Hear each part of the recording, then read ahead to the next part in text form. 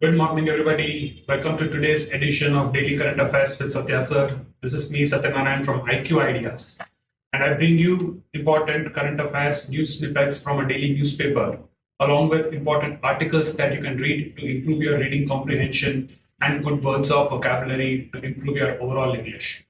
Today is the 23rd of July 2025, and without further ado, let's jump into today's news. As I open the newspaper, there are a couple of updates from the news which broke yesterday. Yesterday, we saw that Vice President Jagdeep Dhankar had submitted his resignation as from the Vice President's post. And the headline reads, "Collective silence bar a short message signals uneasy parting," right? So to bar something is to prevent something or to ban something. A parting is a separation between entities. So there are rumors, or rather I would say there are whispers that the resignation of the vice president citing health reasons may have something more than what meets the eye. Reading from the article, it says, going by send-off messages for politicians, the post, that is the post by the Prime Minister wishing the now ex-Vice President all the best, the post was starkly terse and conveyed the tension that resulted in Dhankar's abrupt resignation as Vice President on Monday evening. Political circles were quick to note that the PM had refrained from commenting on the outgoing VP's functioning as chairman of the Rajya Sabha. Something was taken as confirmation that Dhankar's decision on Monday to admit the opposition's notice for motion of removal of Allahabad High Court's Justice Yashwant Verma, despite having known the government's decision to start the process in Lok Sabha, had not gone down well. So this proves to be something of a political drama, and let's wait and watch what happens. Of course, the biggest relevant current affairs update that we should be getting from this is who will be the next vice president of India, and as a result, the ex officio chairperson for the Rajya Sabha. Yesterday, we also saw the news about the acquittal of the 11-7 accused in the dastardly Bombay bomb blast case. And now the simple update is that the Supreme Court is going to hear the Maharashtra government plea against 11-7 acquittals tomorrow. That is on Thursday. So in this news, of course, just an update to the news, but let's keep that the Supreme Court will hear the Maharashtra government plea against the 11-7 acquittals. So let's see how things go in that aspect. Beyond that, we do not have much. So we move on quickly to the next page, which is the city page. Now, the city page has just city relevant information and things related to crime. So I'm not going to spend much time on that. The next city page is pretty much the same.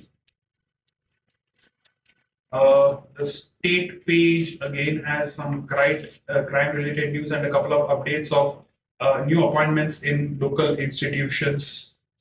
The next nation page, the big headline, or the one with the biggest headline, is India and UK all set to sign the landmark free trade pact. Okay, so India and UK, the United Kingdom, all set to sign landmark free trade pact.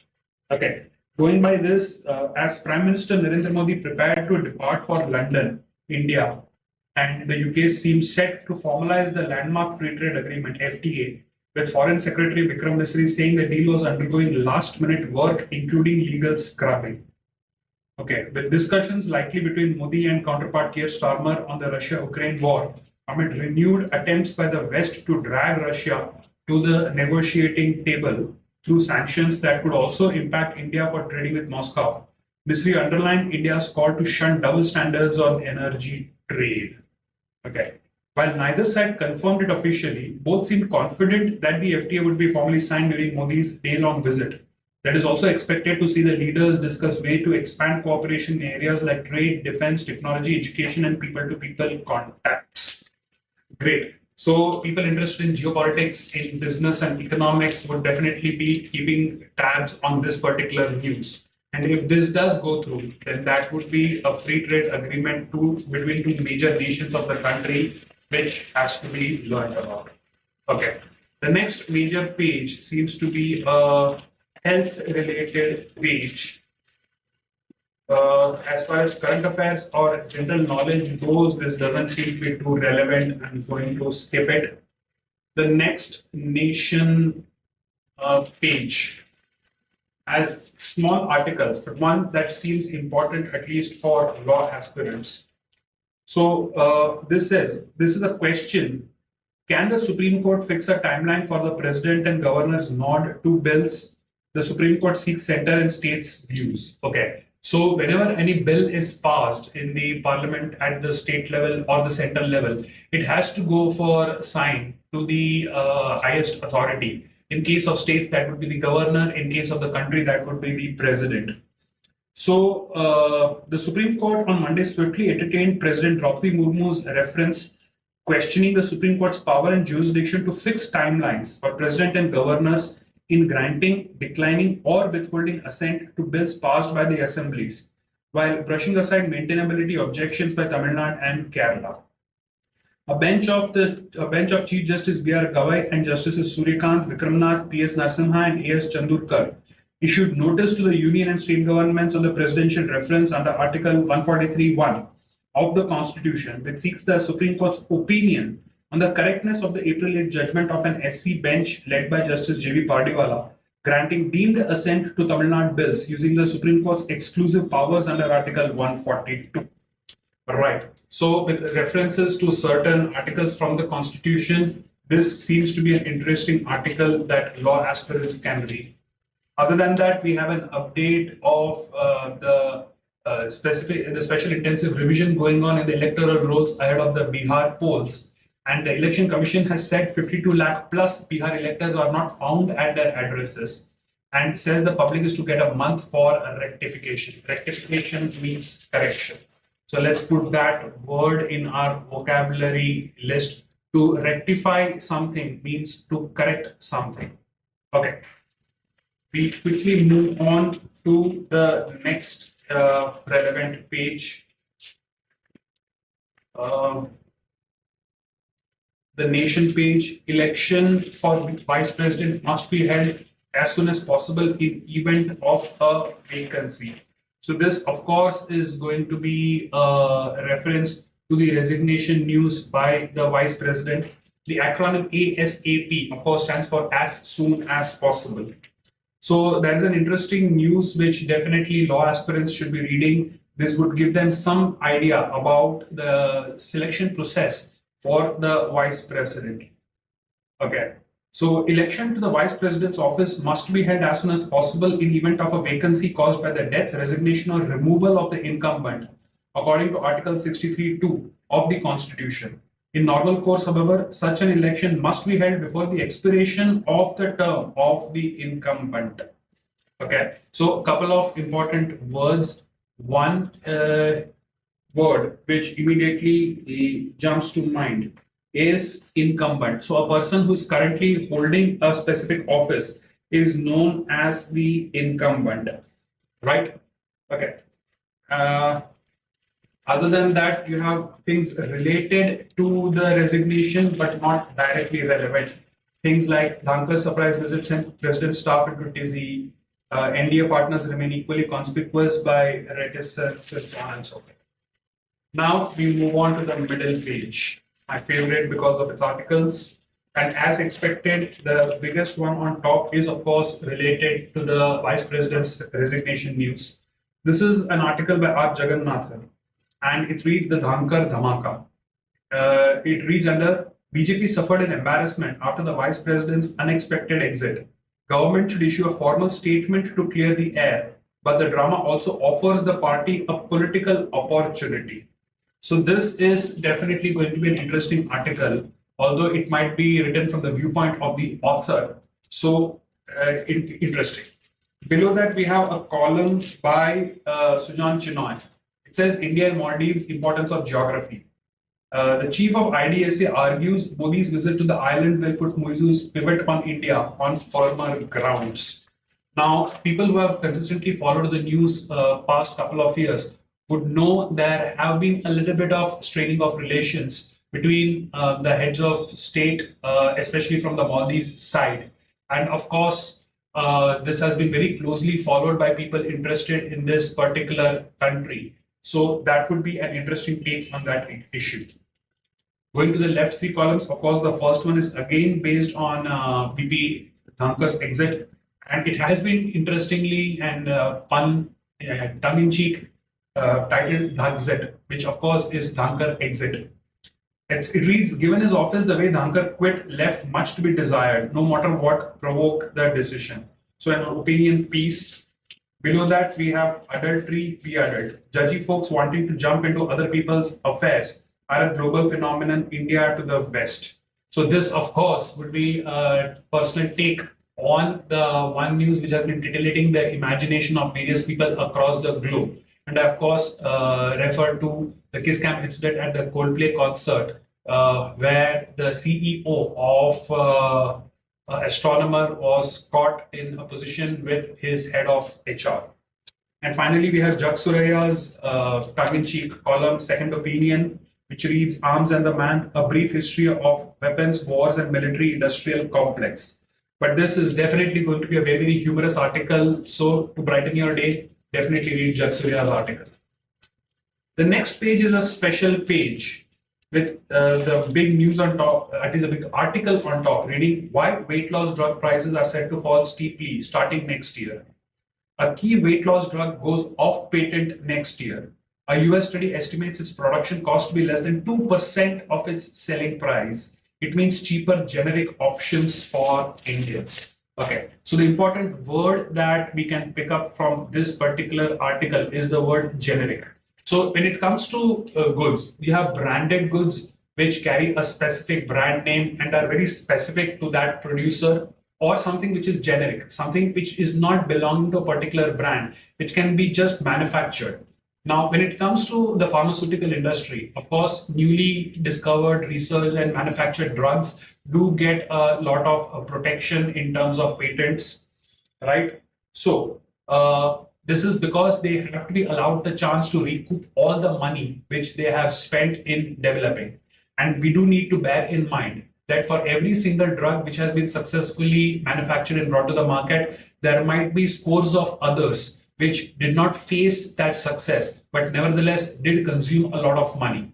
So the obvious argument given by the pharmaceutical world is that to enable them to fund all these researches, which helps them come up with a good suitable drug once in a blue moon, they do have to hold the patent to it and charge money for it.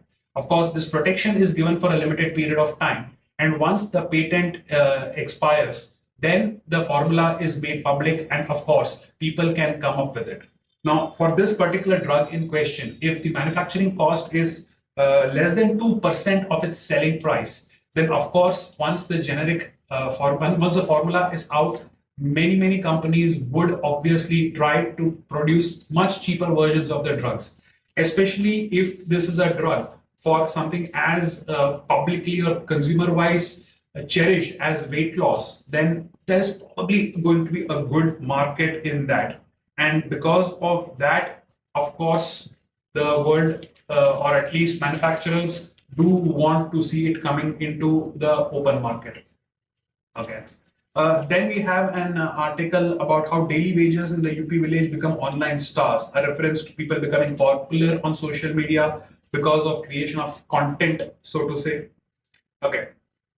In the nation, half below, two news related to fighter planes. One is that the MiG-21s are set for final flight in September after 62 years in service, right? The first truly supersonic fighters to be inducted by the Indian Air Force from Russia in 63. But plagued by an alarming high crash rate in later years, the MiG-21s will fly for the last time in Indian skies this September. So an iconic flight is going off the skies, but below that, we have the Army finally gets 3 of 6 Apache attack helicopters from US. That's the nature of the world. Some things retire, new things come in. Okay. Moving on, we have the business page where a couple of news. One is the government plans minimum import price for key pharma inputs. Uh, there's a quote by the RBI that the lack of empathy leading to rise in complaints.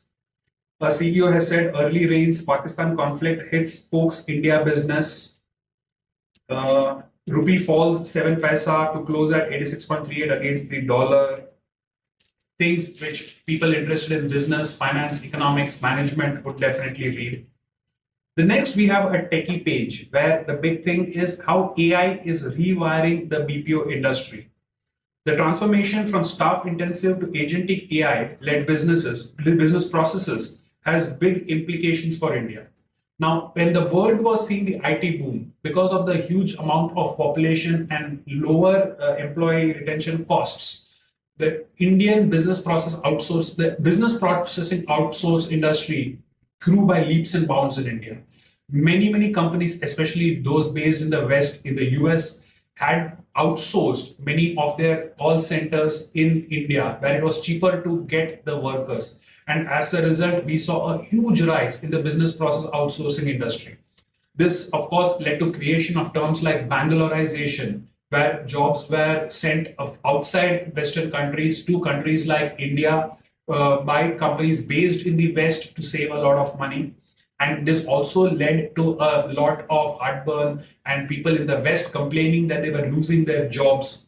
But now, as AI, artificial intelligence, has picked up, the entire BPO industry is shifting from being staff intensive to being tech led.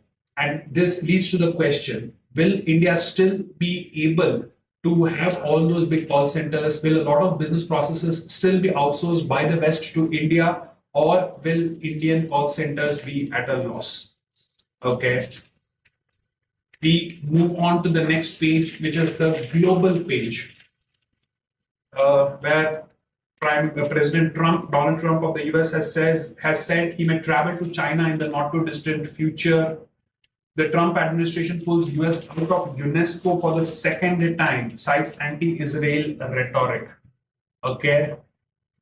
So US pulls out of UNESCO again. President Trump has decided to pull US out of the woke and divisive UN Culture and Education Agency, UNESCO. And White House said on Tuesday, repeating a move he took in the first term that was reversed by Joe Biden. So two opposing parties, when they come to power, keep reversing each other's decision. A trend which is not just seen in India, but apparently in the US too. And that's the way it functions. Okay. Other than that, we have violence-related news, which we are not going to give much importance to. Okay.